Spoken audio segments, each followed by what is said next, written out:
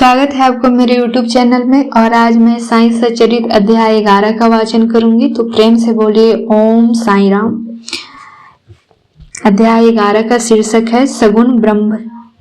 Shri Sai Baba doctor पंडित द्वारा पूजन, हाजी सिद्दीकी फाल्के तत्वों पर नियंत्रण। इस अध्याय में अब हम श्री साईं बाबा के सगुण ब्रह्म स्वरूप, उनका पूजन तथा तत्व नियंत्रण का वर्णन करेंगे।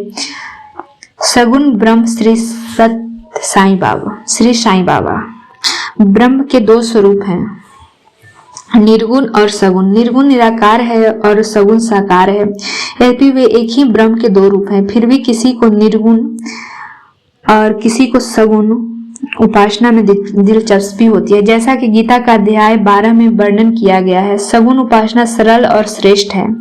मनुष्य स्वयं आकार, शरीर, इंद्रिय आदि में है, इसीलिए उसे ईश्वर की साकार उपासना स्वभावतः ही सरल है। जब तक कुछ काल सगुण ब्रह्म की उपासना न की जाए, तब तक प्रेम और भक्ति में वृद्धि ही नहीं हो सकती। सगुण उपासना में जैसे जैसे हमारी प्रगति होती जाती है, हम निर्गुण ब्रह्म की ओर अग्रसर होते जाते हैं। इसीलिए सगुण उपासना से ही श्री गणेश करना अति उत्तम है। मूर्ति, वेदी, अग्नि, प्रकाश, सूर्य, जल और ब्राह्मण आदि सप्त उपासना की वस्तुएं होते हुए भी सद्गुरु ही इन सब में श्रेष्ठ हैं। श्री साईं का स्वरूप आंखों के सन्मुख लाओ, जो बैराग की प्रत्यक्ष मूर्ति और अनन्य शरणागत भक्तों के आश्रय दाता हैं। उनके शब्दों में विश्वास लाना ही आसन और उनके पूजन का संकल्प करना ही समस्त इच्छाओं का त्याग है। कोई कोई श्री साईं बाबा का गणना भगवत भक्त अथवा एक महान भक्त में करते थे या करते हैं, परंतु हम लोगों के लिए तो वे ईश्वर अवतार हैं। वे अत्यंत क्षमाशील, शांत, सरल और संतुष्ट थे, जिसकी कोई उपमा ही नहीं दी जा सकती। यद्यपि वे शरीरधारी थे, पर यथार्थ में निर्गुण, निराकार, अनंत और नित्य मुक्त थे। गंगा नदी समुद्र की ओर जाती हुई मार्ग में ग्रीष्म से व्यथित अनेक प्राणियों को शीतलता पहुंचाकर आनंदित करती, फसलों और वृक्षों को जीवन दान देती है और जिस प्रकार प्राणियों की क्षुधा शांत करती है, उसी प्रकार श्री साईं संत जीवन व्यतीत करते हुए दूसरों को सांत्वना और सुख पहुंचाते हैं। भगवान श्री कृष्ण ने कहा है कि संत ही मेरी आत्मा है, वे मेरी जीवित प्रतिमा और मेरे ही विशुद्ध रूप हैं। मैं स्वयं वही हूँ। ये अवर्णनीय शक्तियाँ और या ईश्वर की शक्ति, जो कि सच्चित और आनंद है, शिरडी में साईं रूप में अवतीर्ण हुई थी। श्रुति तैत्तिरीय उपनिषद में ब्रह्म को आनंद कहा गया है।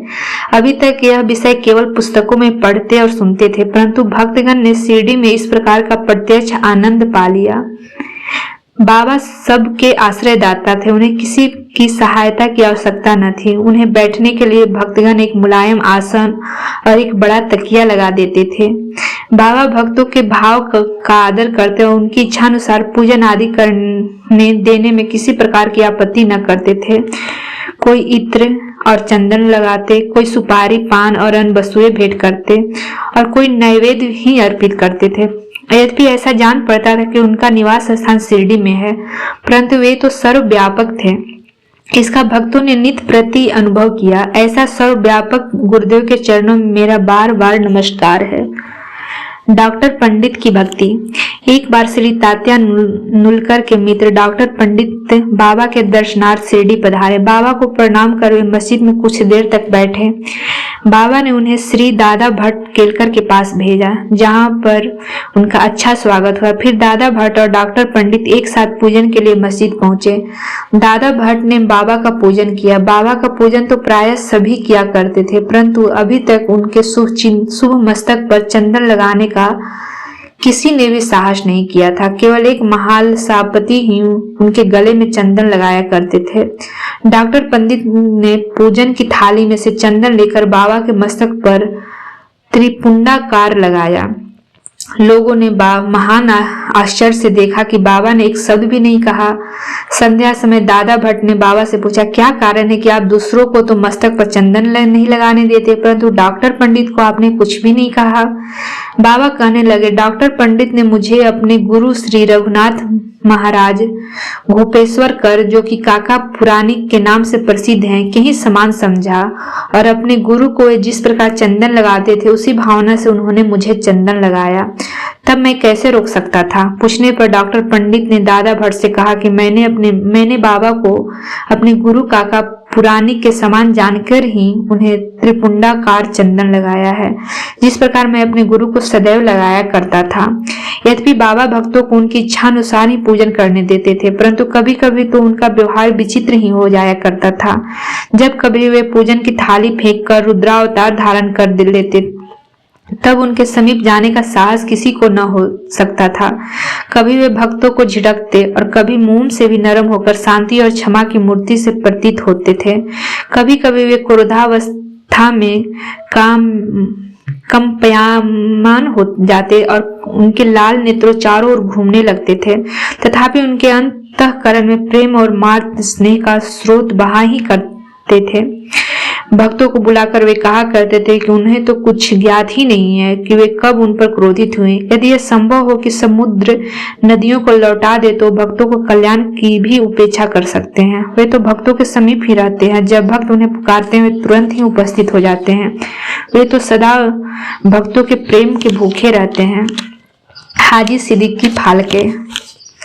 यह कोई नहीं कह सकता है कब श्री साईं बाबा अपने भक्त को अपना कृपा पात्र बना लेंगे, यह उनकी इच्छा पर निर्भर था। हाजी सिद्दीकी फाल्के की कथा इसी का उदाहरण है। कल्याण निवासी एक यवन जिनका नाम सिद्दीकी फाल्के था, मक्का शरीफ की हज करने के बाद शिरडी आए।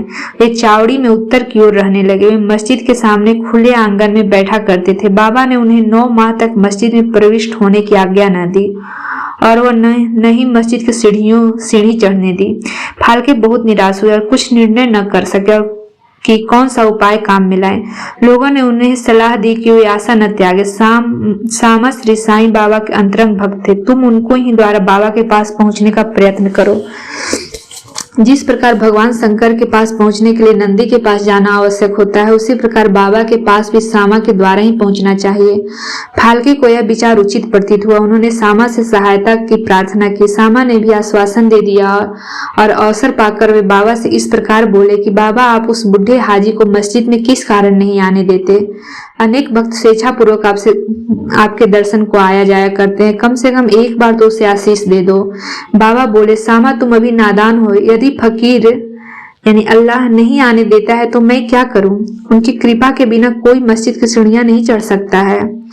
अच्छा, तुम उससे पूछाओ कि क्या वह 12वीं कुएं की निचली पगडंडी पर आने को सहमत है। सामा स्वीकारात्मक उत्तर लेकर पहुंचे। फिर बाबा ने पुनः सामा से कहा कि उससे पूछो कि क्या वह मुझे 4 किस्तों में 40,000 रुपए देने को तैयार है। फिर सामा उत्तर लेकर लौटे कि आप कहे तो मैं 40 लाख रुपए देने को तैयार हूँ। मैं मस्जिद में एक बकरा हलाल करने वाला हूँ। उससे पूछो कि क्या उसे क्या रुचिकर होगा, बकरे का मांस, नाथ या अंडकोश। सामा यह उत्तर लेकर लौटे कि यदि बाबा के भोजन पात्र में से एक ग्रास भी मिल जाए तो हाजी अपने सौभाग्यशाली समझेगा। यह उत्तर पाकर बाबा उत्तेजित हो गए और उन्होंने अपने हाथों से मिट्टी का बर्तन यानी पानी की गागर उठाकर फेंक दी और अपनी कफनी उठाए हुए सीधे हाजी के पास पहुंचे। वे उनसे कहने लगे कि व्यर्थ ही नमाज क्यों पढ़ते हो, अपनी श्रेष्ठता का प्रदर्शन क्यों करते हो? यह वृद्ध हाजियों के समान वेशभूषा तुमने क्यों धारण की? क्या तुम कुरान शरीफ का इसी प्रकार पठन करते हो? तुम्हें अपने मक्का हज का अभिमान हो गया है, परंतु तुम मुझसे अनभिज्ञ हो। इस प्रकार डांट सुनकर हाजी घबरा गया। बाबा मस्जिद की ओर लौट आए। कुछ आमों की टोकरियां खरीदकर हाजी के पास भेज दी। वे स्वयं भी हाजी के पास गए और अपने पास से 55 रुपए निकालकर हाजी को दिए। इसके बाद से ही बाबा हाजी से प्रेम करने लगे और अपने साथ भोजन करने को बुलाने लगे। अब हाजी भी अपनी इच्छा अनुसार मस्जिद में आने जाने लगे। कभी कभी बाबा उन्हें कुछ रुपए भी भेंट में दे दिया करते थे। इस प्रकार हाजी बाबा के दरबार में सम्मिलित हो गए। बाबा का तत्वों पर नियंत्रण। बाबा के तत्व नियंत्रण की 2 घटनाएं उल्लेख के साथ यह अध्याय समाप्त हो जाएगा। पहली घटना, एक बार संध्या समय शिरडी में भयानक झंझावात आया। आकाश में घने और काले बादल छाए हुए थे। पवन झंकोर रहा था, बादल गरज रहे थे और बिजली चमक रही थी। मूसलाधार वर्षा प्रारंभ हो गई। जहां देखो वहां जल ही जल दृष्टिगोचर होने सब पशु पक्षी और शिरडी वासी अधिक भयभीत होकर मस्जिद में एकत्रित हुए। शिरडी में देवियों तो अनेक हैं, परंतु उस दिन सहायतार्थ कोई न आई। इसलिए सभी ने अपने भगवान साईं से, जो कि भक्ति के ही भूखे थे, संकट निवारण करने की प्रार्थना की। बाबा को भी दया आ गई और बाहर निकल आए। मस्जिद के समीप खड़े होकर उन्होंने बादलों की ओर दृष्टि कर गरजते हुए बादलों से कहा, बस शांत हो जाओ। कुछ समय बाद ही वर्षा का जोर कम हो गया और पवन मंद पड़ गई तथा आंधी भी शांत हो गई। आकाश में चंद्रदेव उदित हो गए। तब सब लोग अति प्रसन्न होकर अपने अपने घर लौट आए। एक अन्य अवसर पर मध्याह्न के समय धूनी की अग्नि इतनी प्रचंड होकर जलने लगी कि उसकी लपटें ऊपर छत तक पहुंचने लगी। मस्जिद में बैठे हुए लोगों की समझ में न आता था कि जल डालकर अग्नि शांत कर दें अथवा कोई अन्य उपाय काम में लाएं। बाबा से पूछने का साहस भी कोई नहीं कर पा रहा था, परंतु बाबा शीघ्र परिस्थिति को जान गए। उन्होंने अपना सटका उठाकर सामने के खंभे पर बलपूर्वक प्रहार किया और बोले, नीचे उतरो और शांत हो जाओ। सटके के प्रत्येक ठोकर पर लपटें कम होने लगी और कुछ मिनटों में ही ध्वनि शांत और यथापूर्ण हो गई। श्री साईं ईश्वर के अवतार हैं। जो उनके सामने नत होकर उनको शरणागत होता है उस पर वे अवश्य कृपा करेंगे। जो भक्त इस अध्याय की कथाएं प्रतिदिन श्रद्धा और भक्ति पूर्वक पठन करेगा उसका दुखों से शीघ्र ही छुटकारा हो जाएगा। केवल इतना ही नहीं, वरन उसे सदैव श्री साईं चरणों का स्मरण बना रहेगा और उससे अल्प काल में ही ईश्वर दर्शन की प्राप्ति होकर उसकी समस्त इच्छाएं पूर्ण हो जाएंगी। इस प्रकार वह निष्काम बन जाएगा। तो प्रेम से बोलिए ओम साईं राम।